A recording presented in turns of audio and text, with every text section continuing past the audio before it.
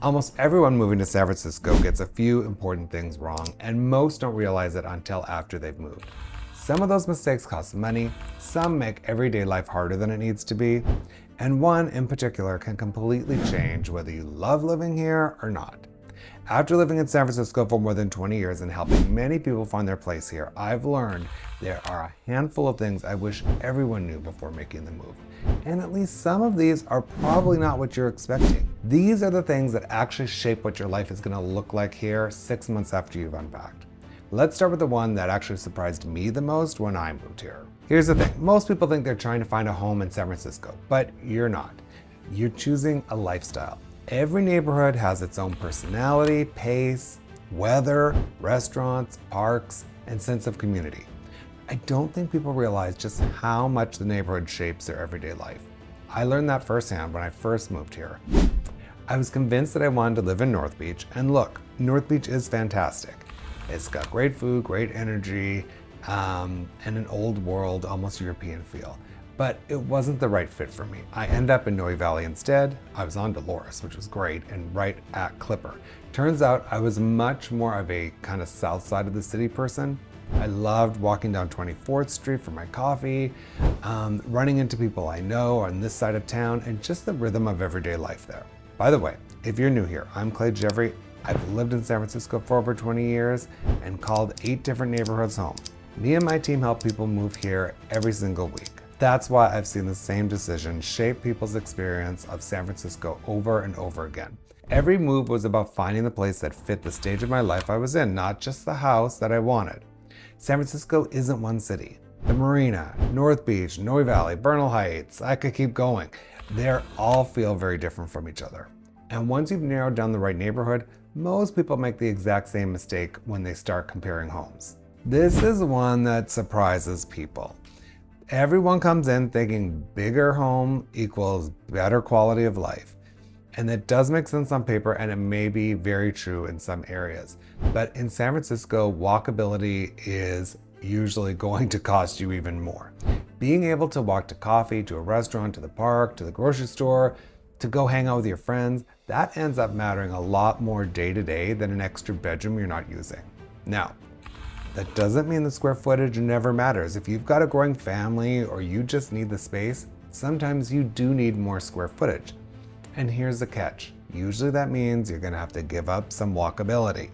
A big place with an easy walk to everything, those do exist, but you're gonna have to pay for both. That's real money. It's not a small difference. So when you're comparing homes, just know that there are trade-offs and go in knowing that. And speaking of trade-offs, there's another one people don't fully realize until they've been home hunting for a while. Everyone knows that we've got old houses on hills. What people don't think through is what that actually does to your day-to-day life. The hills mess with you more than just your legs. It affects the light, the layout, the parking, even how you get furniture in the house. And the lots here, they're pretty small. They're really small compared to most of the country. So you end up with narrow homes. A lot of them are Victorians and Edwardians that are 100, 120 years old. That older housing stock has real character. And that's honestly part of why people love it here. But it also means more maintenance, more stuff to catch in an inspection, and you own an older house, and you're gonna own its quirks too. The house is only half the story. The other half is what your everyday routine actually looks like here. Your commute matters. Where do you work, and where might you be working in a few years? Are you working downtown or the South Bay? Are you gonna drive or are you gonna take transit? How many days a week are you gonna actually be going into the office versus working remotely? Those are real questions, and you should ask yourself them. And here's what people get wrong though. You treat commute as the whole equation when it's really just a piece of it. A lot of people aren't even going in that many days a week anymore. But then ask the other questions too. Is this home actually in the right place for your life after work? And on the weekends, because that's most of your week. You want to be happy when you get there, and it deserves just as much weight as the drive-in. Oh, and those weekends might look very different depending on one thing almost nobody from out of town expects: the weather. Okay, let's talk about the weather. I'm sure you've heard about it, but it's not what you're expecting, and you need to expect it. Unlike much of the country, our rainy season is winter, roughly November through March. It's cool and it's wet, and that's when you want your rain jacket. The good news is that it is not snow. Then summer surprises almost everyone new that moves here, even when they've been warned. June, July, and August usually aren't our warmest months. They're often very cool and foggy, depending on where you are in the city, but most of the city is cool. Then September and October roll around and San Francisco gets the best weather of the year. San Francisco has 4 seasons and a dozen microclimates. You can leave one neighborhood wearing sunglasses and arrive 15 minutes later needing a jacket. That's why locals almost always carry layers. Don't leave the house without a lightweight jacket. The weather isn't just different by season, it's different by neighborhood. So when you're choosing where to live, you're also choosing the climate that you're going to experience every day. And if the city ever feels a little too cool in the summer, one of the best parts about living here is that incredible weekend escapes are never far away. NAPA, TAHOE, Carmel, Big Sur, Point Reyes, they're all just a few hours away. We're going to come back to that in a minute. People move here and they are expecting the housing prices to be a big number while you're renting or buying. And sure, it is a big number, but it's usually not what actually blindsides people. I've had clients plan their budget down to the penny, and the thing that trips them up isn't the mortgage. It's fun, eating out, all the stuff that makes living here actually enjoyable.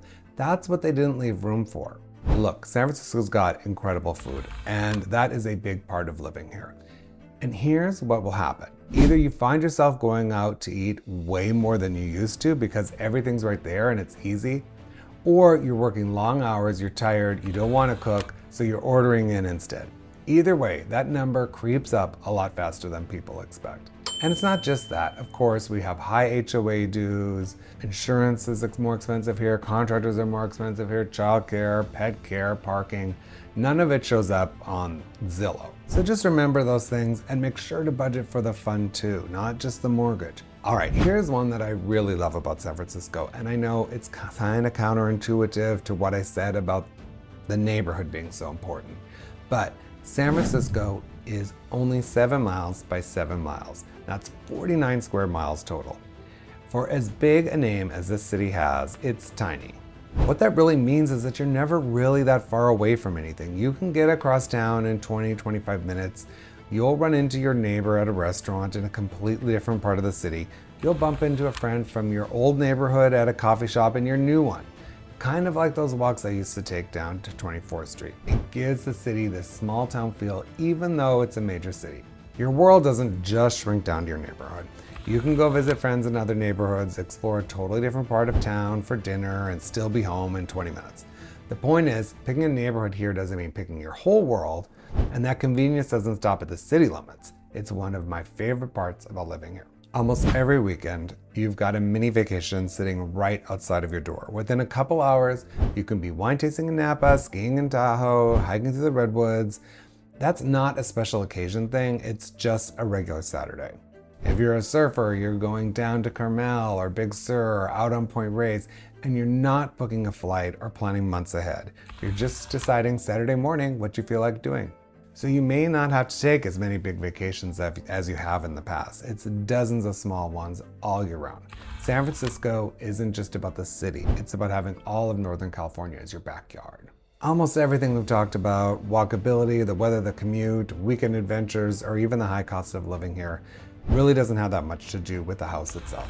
It all comes back to choosing the right neighborhood and the lifestyle that comes with it. If you're seriously considering a move to San Francisco, grab the free neighborhood guide in the description. Depending on what you're looking for, if walkability is your thing, I rank the 10 most walkable neighborhoods in San Francisco in another video right here. And if you're moving here with a family, I've put together my full guide of the best neighborhoods for families too. If you're still figuring out which neighborhood's right for you, that's exactly the conversation me and my team have with people all the time. Subscribe if you want more, and I'll see you in the next one.